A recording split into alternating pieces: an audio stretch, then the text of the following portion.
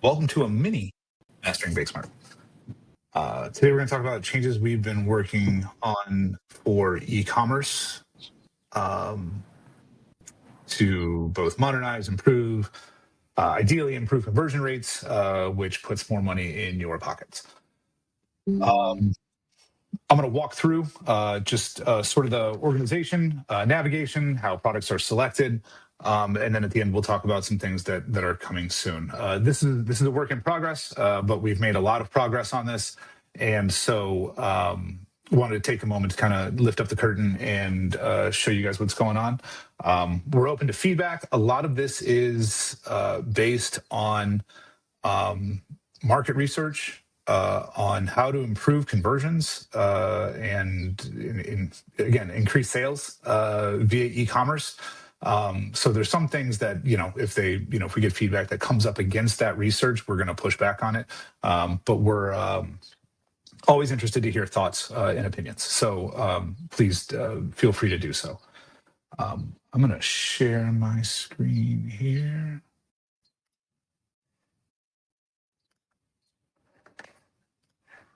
All right.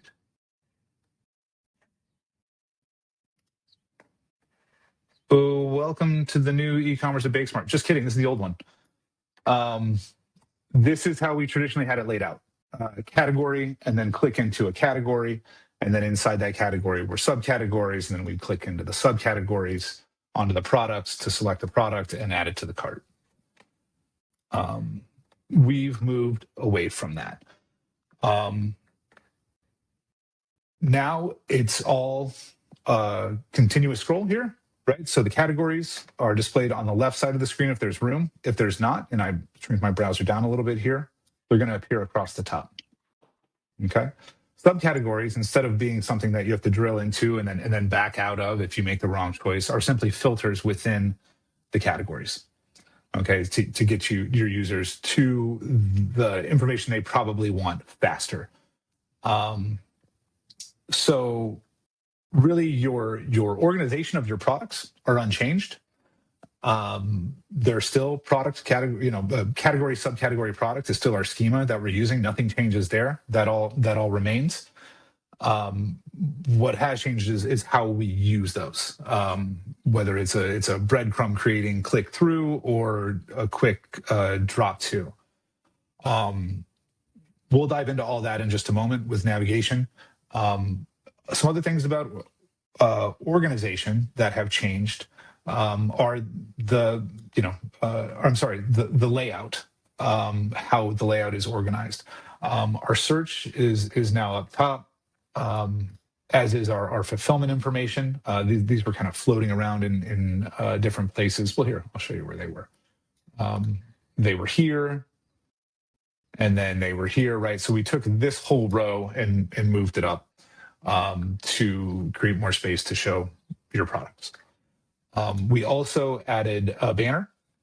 This banner can have a link to take your customers wherever they want to go. This one is going to link to the donuts category. It could link to a specific product. It could link out of BakeSmart entirely if you wanted to link to a fundraiser for someone or for some reason.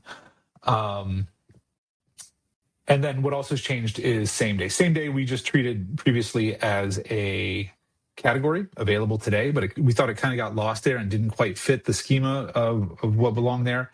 So we've moved that up here to shop same day. This is also where you'll likely find shipping. We may move those around a little bit, but we're going to create a more consistent space for those not common flow for future ordering options. So there's that. Okay. So to kind of show this off, right? So we can click on this banner and it's going to scroll down to donuts, right? Or your donuts for race day. It's a little out of date, but we were all excited for the Indy 500 that was in town a week and a day ago. So that's how that works. Like if I click on pastries here, now donuts didn't have subcategories, so you were just dropped into that. But if I click on pastries, we'll see that pastries do have subcategories. And so when I click on, hey, I just want to look at croissants, well, we've only got one croissant. And so that displays there. And you can quickly go back to all, filter Danish, muffins. and then click on an item. We have, I don't know why we have coffee syrup flavors in our blueberry Danish, but we like to play around here. This is our sandbox, so forgive the mess. And then that gets added to the ticket. So that's how we're thinking about categories and subcategories now. Categories are quick links down to what they're looking for, and then subcategories are filters to remove the junk of what they don't want. As far as selecting items, again, it would, when on the previous one there were full product pages that would you would land on to make those selections. Now they are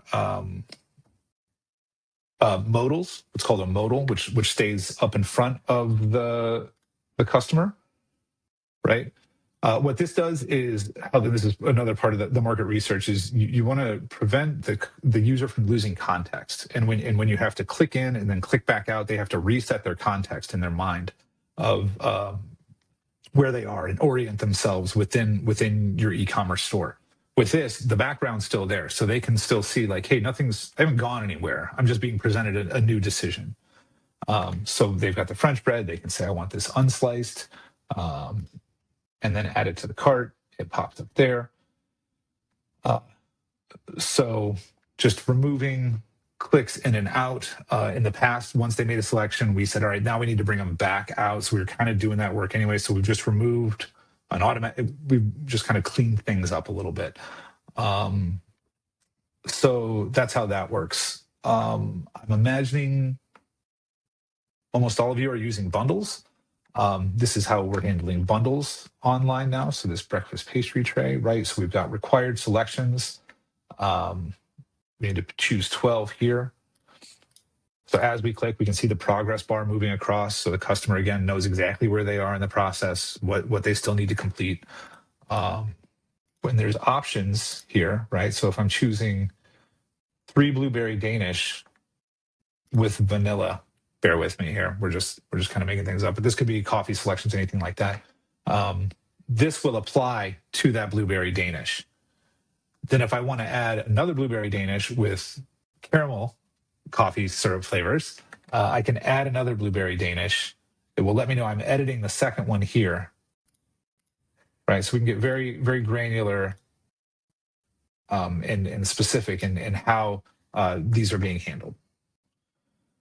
Once everything's picked, everything grays out. You can't make any more additions, only reductions.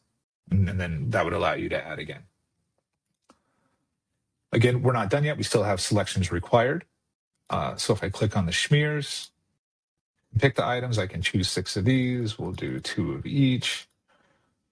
Back. Now it's ready to be added to the cart. If I do so, it pops up to the cart. So that's how we're handling those. Now, these are groups within bundles. This is a product group. I believe this is an option group.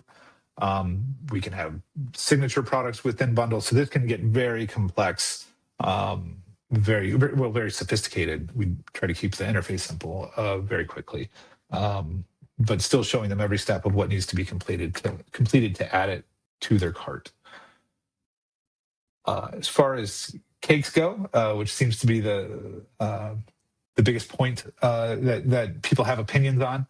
Here's what we've got. So I'm gonna touch on a cake that has limited flavor, filling, frosting selections. That's going to be a carrot cake. We're really just choosing the icing, whether they want cream cheese or hedonist. That's not the word I'm looking for. Buttercream. I'll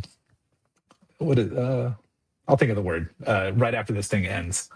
And yeah, that'll be great. We're going to do full selections where the decoration is primarily selected, but all the flavor filling frosting needs to be chosen, and then one that kind of just lays out all of the things you can do with the cake, and then we'll touch on a tiered cake as well. So to start the carrot cake here, this is a standard cake. You can choose your size, right? It comes in 8 or 10. So we're going to do an 8-inch round. It's going to show you that included with this is the carrot and cream cheese filling. But the frosting, again, we're going to let them choose whether they want buttercream or cream cheese. I'm going to do cream cheese. Optional inscription. Everybody, if we could just take a moment and wish a nice happy birthday. Jared, that would be great. Happy birthday, buddy. We're going to write that in orange. BakeSmart orange. And then you can see here that we have our selections made, we have our inscription made, and reviewing our summary, we can add this to the cart. Next up is an ombre pastel cake. Again, we can choose our size. I'll do a 10-inch this time. We're choosing our frosting, our flavor, always funfetti, buttercream filling. And as we scroll down, we can see these sort of selection points here on the left to guide us. So again, inscription, yay, purple. And then for the decorations, choose two for your. I want to blend from purple to pink. Again, we can review our selections, add to cart. This custom round cake here has pretty much everything on it. So we can optionally, you can make it an option or require it, upload a photo, right? And that would open that up. Not going to do that right now. We have tips in here about the photo. And then choose your cake. So this is an 8-inch round. Again, we make our selections. Whatever, we're getting wild here. Congrats, grad, blue. Right. Choose another color, add some roses, add a peony. And then optional decorations as well. Do a sprinkle border. And again, we've got all of our selections added here. Gets added. And then finally, our tiered cake here. Frosting, applying to all the tiers consistently. And then we make our tier 1 selections. Do marble and chocolate buttercream. We can see that it auto selects for tier 2, but you can switch over between the two to make changes here if you want. Make that chocolate, chocolate, chocolate, chocolate. Inscription, we're going to leave blank here. And then, yeah, looks like a lot of sprinkles. What's going on here? There we go. And then just like that, I added a tiered cake. Those are the major changes. This also works really well on mobile. I can't quite get down to mobile size, but this is about it. You're gonna have the cart down at the bottom that then slides out. And then your account, if they want to sign in, that can be done here. But this kind of floats over instead of trying to cram it up into here, which is already got pickup information and things like that, which again you can edit here. So we've still got our categories, and then our filters here if we want. So that's how it rolls on mobile. Any questions on any of this? Any thoughts, opinions?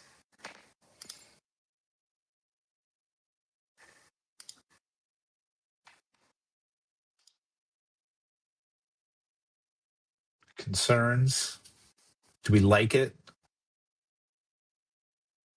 We need validation, people. We're a very insecure group.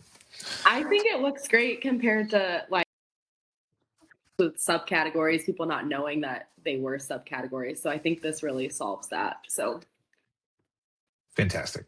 Great. I like it. I think it gives us some more options to do, expand our e-commerce a little bit. Mike, we were talking a little bit about where we could add balloons and cards and that kind of stuff to this. Yeah. Is that still a possibility, or how's that working right now? Yeah, for sure. So that is down the road. Really, I know, believe it or not, this was all a reduction, right? So this was primarily taking away things and flattening it, and then we're going to go back and put some things on there. That's one of them. This leads into my next line here. So some things that are probably going to come soon, you'll be seeing soon, is this image at the top. Right now, we support one image. That will likely become a carousel where you can add multiple images that will flow through. And then you will optionally be able to, above the first category, have featured products, featured categories or subcategories if you want, and potentially like featured seasons. So we don't have to manage our seasons as both a category and as a season for a product, which just adds load to you to manage your menus, right? And to how it displays here as well. So we could just click on like, hey, it's what's next? Hey, Father's Day. All right, Father's Day is coming up. Let's get those necktie cakes going. And it would load that. It would appear up at the top and shortcut just like this to shortcut down to what we're looking for. Yeah. So is that top link available today when I get off of this call? Because Friday's going to be kind of busy for us. National Donut Day. You might have heard of it. Yeah, for sure. I was thinking. the wheels.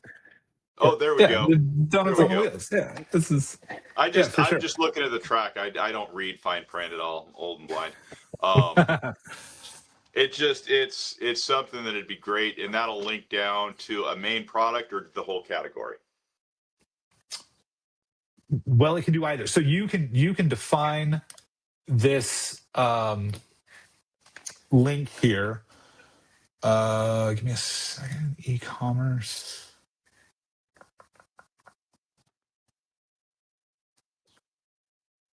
Order. It's down.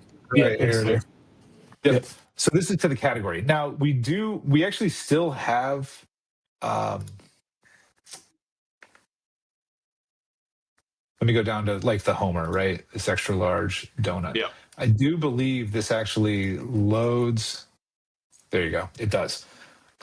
So sorry, bear with me just for a second. So when I click on the Homer and this modal appears, it's actually loading the product page in the URL here. If I click all the way over, the Homer, product to Homer, right? So if I copy that link once it's highlighted and then come back to here and say, hey man, I want this to be the Homer, and I save that setting. Now when I come back here and I refresh the cart, give me a second, refresh this. Like I said, we're still working on it. But when I click on this, it's going to load the Homer right away. So yeah, you can link to a category. You can link to a product. But it's up to you what you link to there. It's in that settings panel. Did that answer your question, Mike? I just wanted to give it a try this week because Friday's Donut Day. So. Oh, the original part of your question. Sorry. Right. Well, is this up or is this going to update automatically to the new e-commerce, or do we have to? Yeah, it will. It will. This is the path we're headed on when we release this, and we've still got a little bit of buttoning up to do. Okay. So I don't know if it's going to be this week. Okay. Most likely not.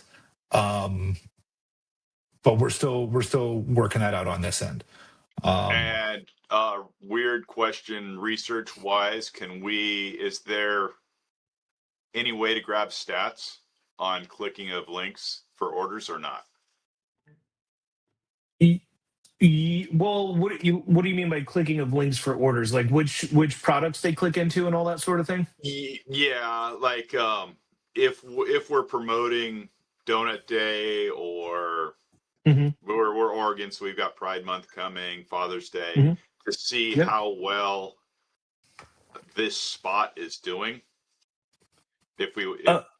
Just to try to force sales, see if we can force things through for revenue kind of driving things. Yeah, so BakeSmart itself is not going to surface that for you, but we do have a way that we can inject, things like Google Analytics, your Facebook Pixel, and all those other kind of things through Google Tag Manager that will be able to tell us that information. So, I mean, a click count on the banner might be a simple thing that we could do. But getting into like, you know, attribution and where it came from and all that sort of stuff is Yeah, I'm not going to run that deep. It just the click on the banner would be an interesting amount of information to have as we're trying to drive different products for different seasons. yeah. I mean, let me talk to the dev team. I think that's something we could certainly surface pretty easily. It's probably it's a good idea. I won't say probably. Yep. And maybe for the featured, I don't know, but man, let's noodle on that one. Yep. That's fun. That's fun.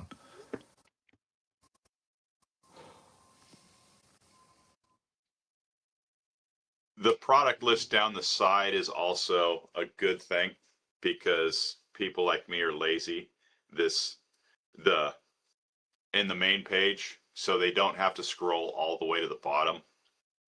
As we get more product online, people run out of steam, get bored. Yep. I'll also say, and I don't have it here because we had originally set it to 6 products displayed by default, and then anything else would have a show more or show all 37 danishes or whatever. Or maybe the pastries do. Nope, not enough. So originally we had it set to 6. I think we upped that to 16. 16.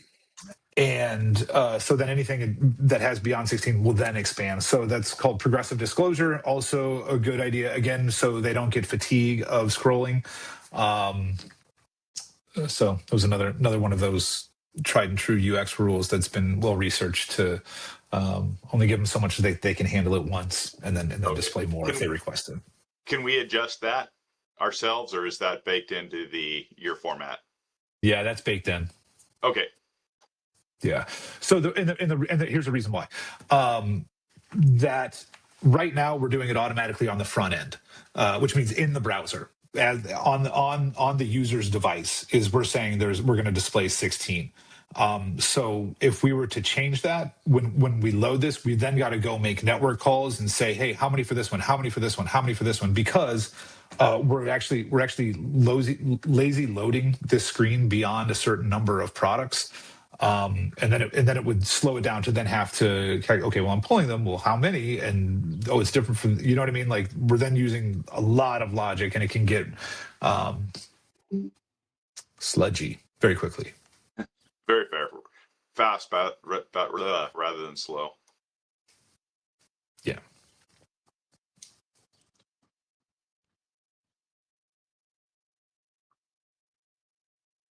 Anyone else? Likes, dislikes? I might have missed this, but at the top where it has like same day, what was that for again? Yeah, this is for same day. If you have same day e-commerce turned on, Okay. when we click on this, it will filter to just the products again. And we're scrolling. We shouldn't be. These are like, here you go. This sourdough is available after 4, only 3 left, right? So it's giving you the counts. We've got 1 carrot cake left. So this is for. I'm going to order this and come pick it up.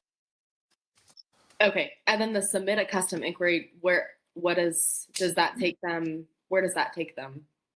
That's our custom inquiries function, right? So that it takes them to the inquiry form. Is that like a special feature that you have to? We must not have that. Maybe. Yeah, that's an add-on. Okay. Okay. Cool. For sure. Thanks. Does anyone want to see this one?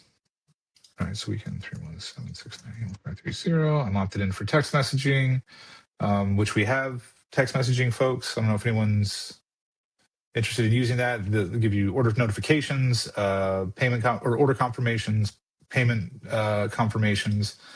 This time, we're going to be growing that out over time. Let's do it for the 6th. 30 guys.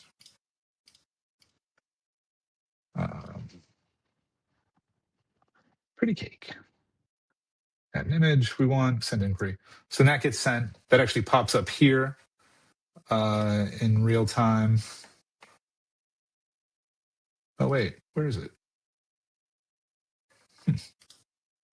Oh, I didn't have a valid email. Didn't send it all.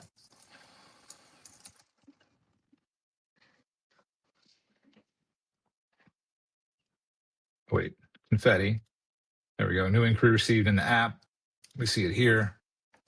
And then we see the Jane Doe anniversary cake. And then from there, you can build out an order and send it back to them for approval, send a payment request, collect your money, have an order. Little side quest there. Ooh.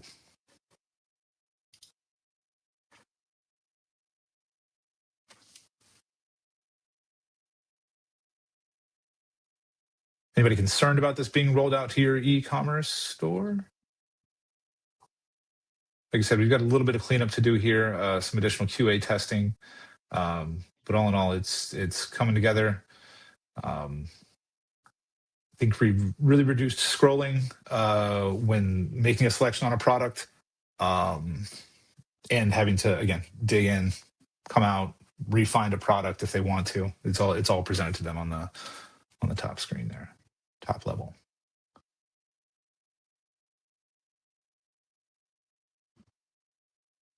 Deanna, when you're asking about how does out of stock work, that's for our same day ordering.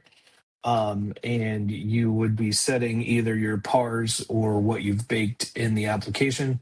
And then BakeSmart keeps track of how many you've sold through the POS and how many you've sold online. And once you get to a specific buffer, it cuts off online ordering for those products for that day.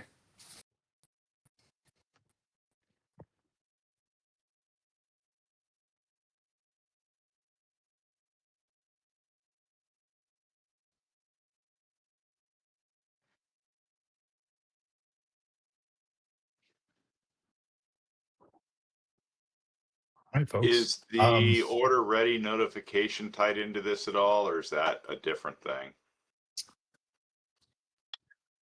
No, that's Order ready? No, you mean like text? Yeah. No, that's going to be a separate thing. Okay. The customers. Yep. Right now we text. I'm sorry. Right now, Mike, we just text order confirmations, payment requests, and inquiry information. Yeah. How about notifications for same day? Is it going directly to the printer, Mike? And I just joined in, so. Where you been, Benny? Yeah, no, someone clicks order same day on their phone and things print at your bakery, at the correct stations. I mean, so there's a same day printer, but then it'll also print out to drink printer, grill printer, kitchen printer, whatever you have set up there. Yeah, it's kind of cool. Yeah.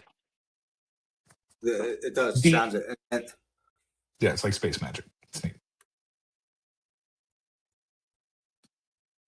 Sorry, Ben. Deanna, was that your question as well about notifications?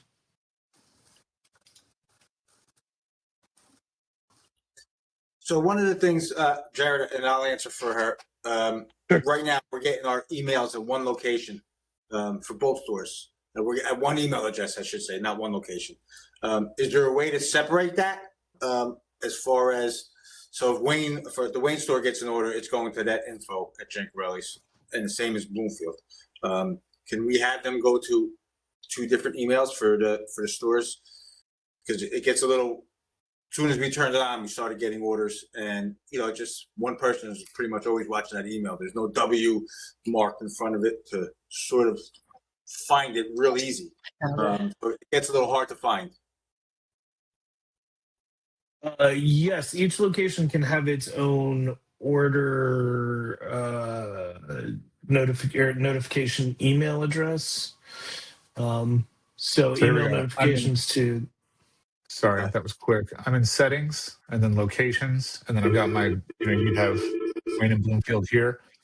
Click on one, email notifications too. And then you're welcome to update that's the notification that goes to the customer. The one we send you doesn't say that.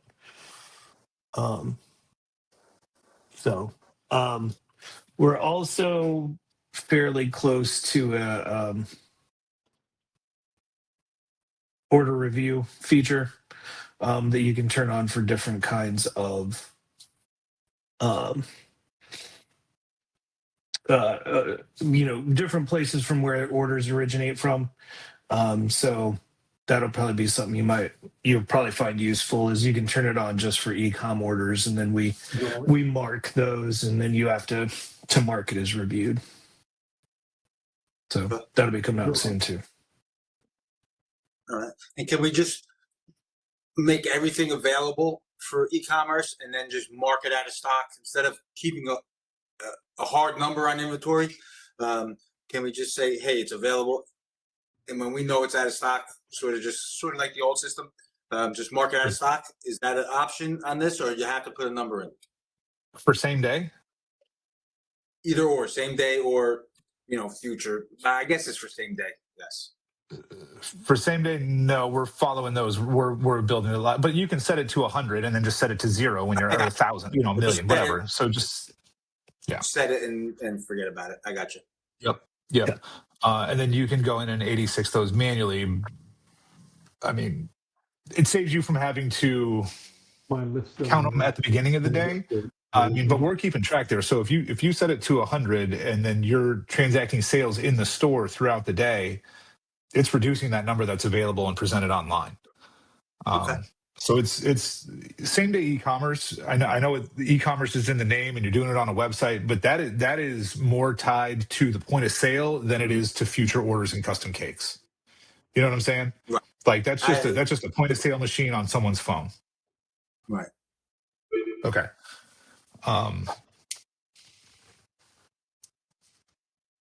Took me a long time to realize that. That's why I'm saying it now. Wisdom I've acquired through banging my head against the wall.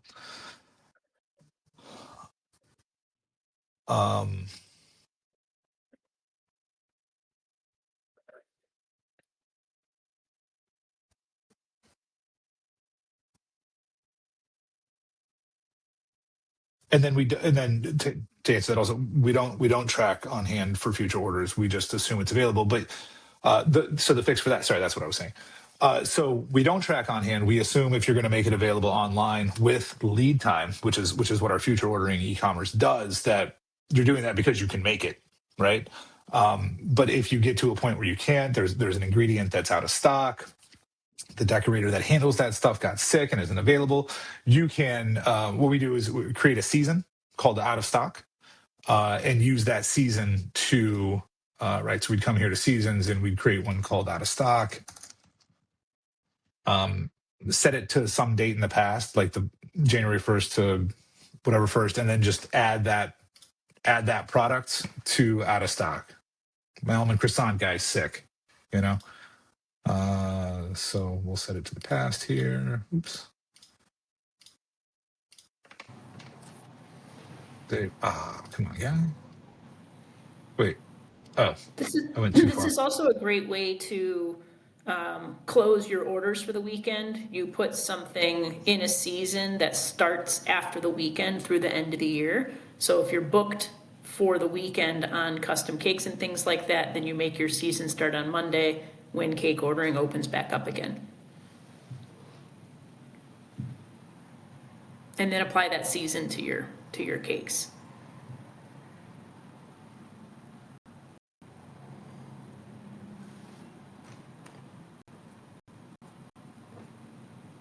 Right. So then we've got, hey, not available right now.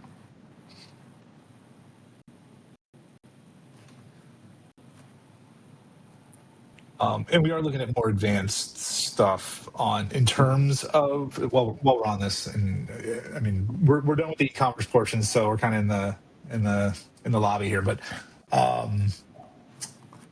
coming soon are some more controls over product availability. I think we're going to talk about this. It's on our roadmap.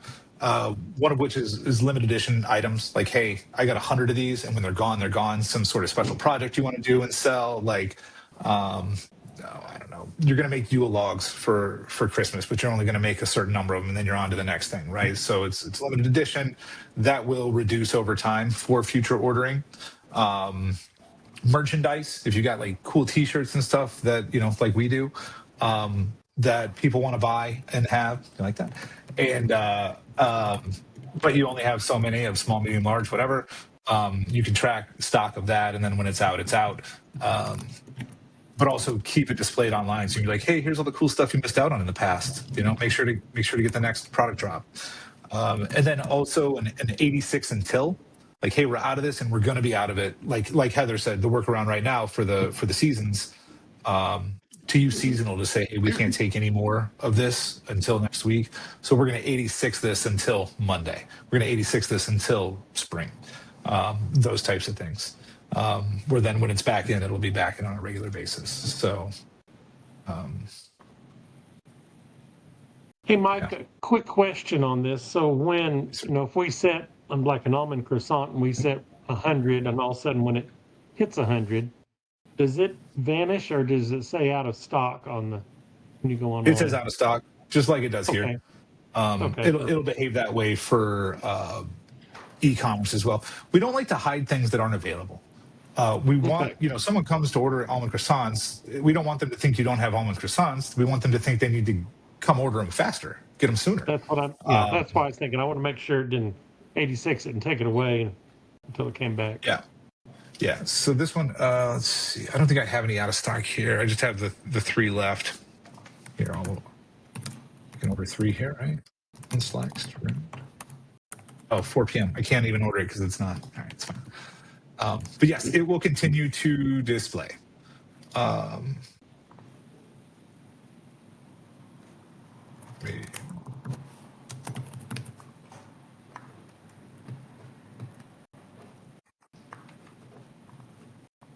boy. My real address. Is this 4111? Future.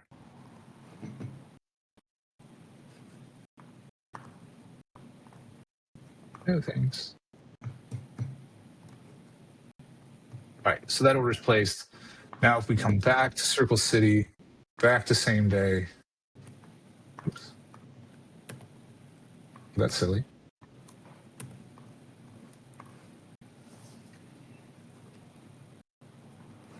Well, something's wrong there. I'm not sure. We now have. So when a product says out of date, and if I can go in, I can still place it for tomorrow, even though it says out of stock today. Is that correct? Or when it's out of stock, Yeah, it's very segmented between same day quantity on hand and available versus can I make this by tomorrow. So they could order it for tomorrow, or couldn't if it says that. Well, they can order it for whatever your lead time is, right? So okay, well that's what I mean. If you got a 2-day lead time and you offer same day, then people can't order for tomorrow. They can order for today or 2 days from now, right? Okay. It kind of gets in that little murky middle ground, but. Okay. Well, I just wondered, like, if the almond says, hey, it's out of stock, but I can go ahead and place an order for next week because I need them next week, not today. Right. So same day you're gonna shop with a pickup date of today, and then if you change your date required to Friday. So it's not going to show it out of stock, is it? Right. It's going to show. Well, it is for the almond croissants because I marked it as out of stock seasonally. It's an out of stock season. Okay, gotcha. Okay. Okay. But yeah, they can order as many as they want. Okay. What about the different stores? When pickup stores, can you set different parameters for each store, or? Yeah, different days of operation, different hours. This is handled again in settings, locations. So the downtown store, availability. Right, we're open for pickup, open for delivery, and it can be different per day with different hours per day. Okay. Like you can be open till 4, but you only deliver till noon. I think he was asking more specifically if you were out of stock of something at one store, but not the other 2. Oh, nice. Yes. So good catch, Heather. Thank you. Mm-hmm. If I go to the almond croissant and availability is same day. So we have different availability settings per store. Right. So we can only keep 12 here. Right. So it will deduct. Well, I don't want the buffer to be 12.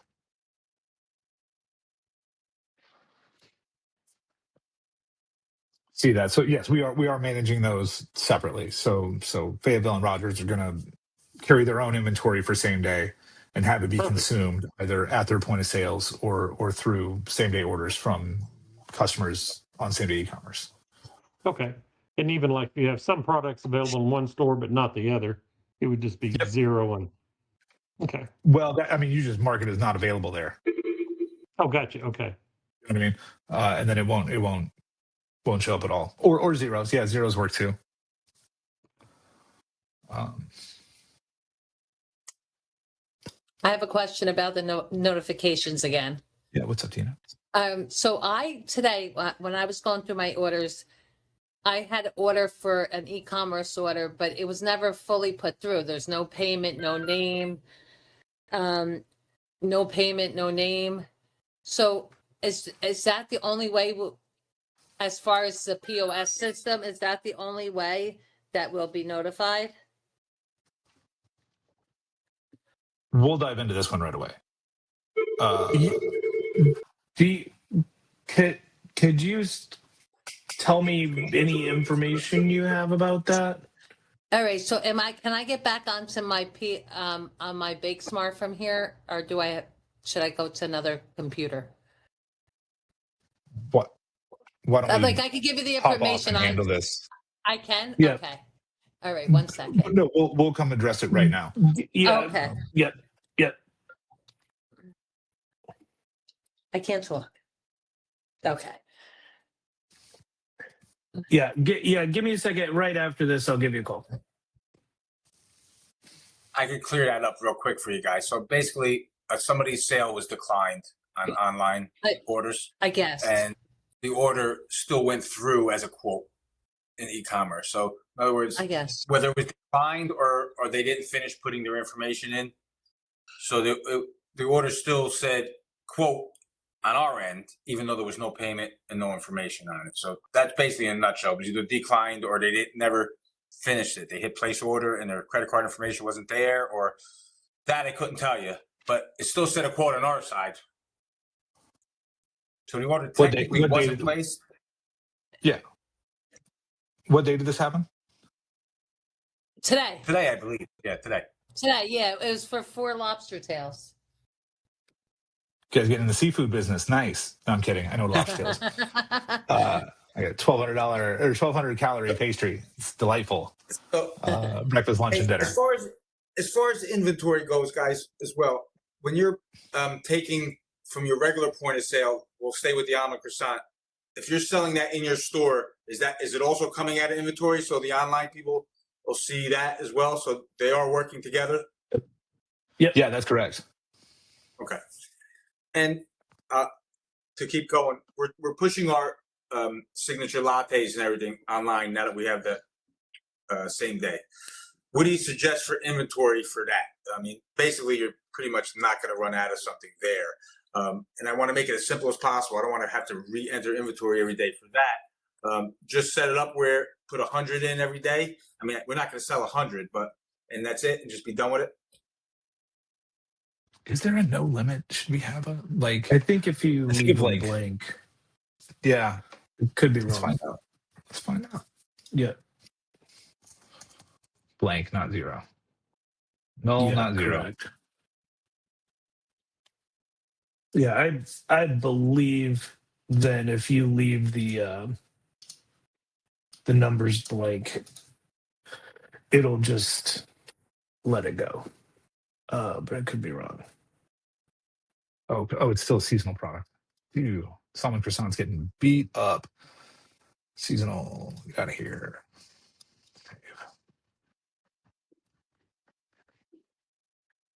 Oh, for same day.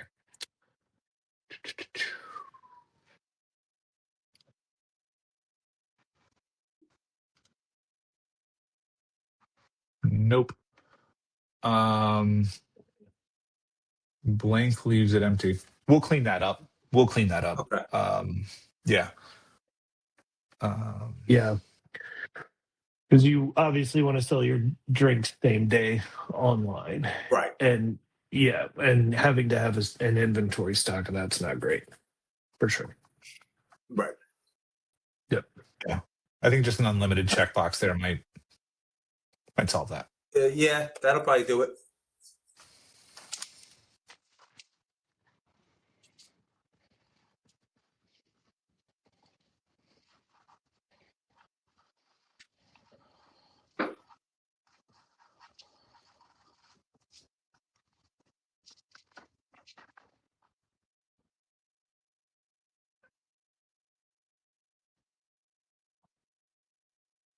All right, folks. Any other questions, thoughts? No, looks. I'm sure once we go live, there will be, but it's looking good so far. Sure. Yeah. And like I said, we'll be rolling this out likely within the next week. Okay. We'll send out an announcement letting you know when that's going to happen, so that you're not caught by surprise. I mean, it's gonna update for your customers, right? Your employees taking orders day to day in BakeSmart are going to see no difference. This is just going to be visitors to your e-commerce store are just going to see, hey, this is new and lovely. I have one quick question before we go. Did anybody notice that this was on the notification of this webinar was on our login screen? That's how I found it. Okay. Exactly. How, Okay. So looks like got a couple. Can I ask you a quick question? Something totally unrelated to this, if you don't mind, real quick. All right. For the logins for new users, we went live with Bloomfield. When we get a new user and we need them to open a drawer, front of the house, open a drawer, they're able to log in on the app and have access to back of the house stuff. Is there a way to, because they have access to the drawers and they're front of the house, even though they're not an administrator or something, is there a way to do away with that? So they need an email basically so they can log in. I was actually amazed that the girl could actually get into the app like I was, because she has an email.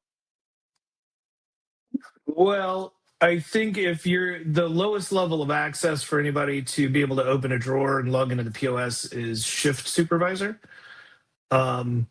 That's going to limit their access to any of the reporting and financial information settings, I believe. So I guess it depends. What do you know? What really? I mean, back at the house. Right. It's going to be the littlest access. If you're not going to be a manager or a administrator, as little as possible in the back of the house, just because of the reason how they can mess something up. Sometimes you'll have a person that I just need them access to the. Hey, listen, you're opening up in the morning. You're a shift lead or whatever. You need to open up that drawer, and be able to do a void or a refund or something like that. And that's it. Nothing at the back of the house as far as any type of reports or anything like that, unless you're some type of manager.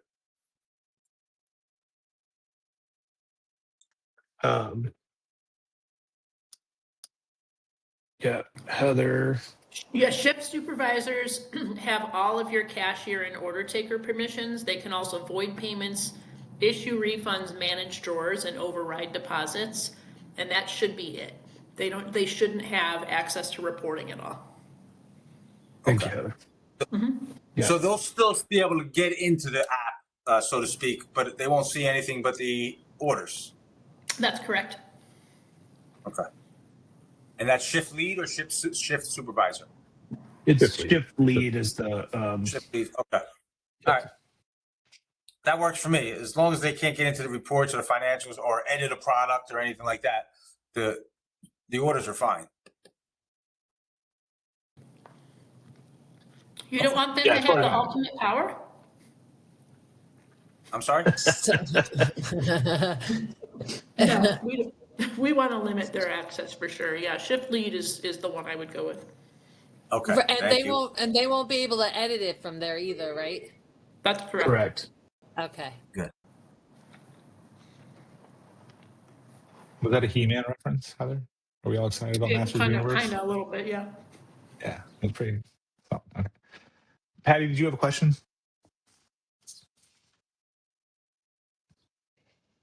No, I said that I saw it. I got to this from your online, from great. your website. So that's how I got there. Fantastic. Good to hear your voice too. Thank you. Thank Yep.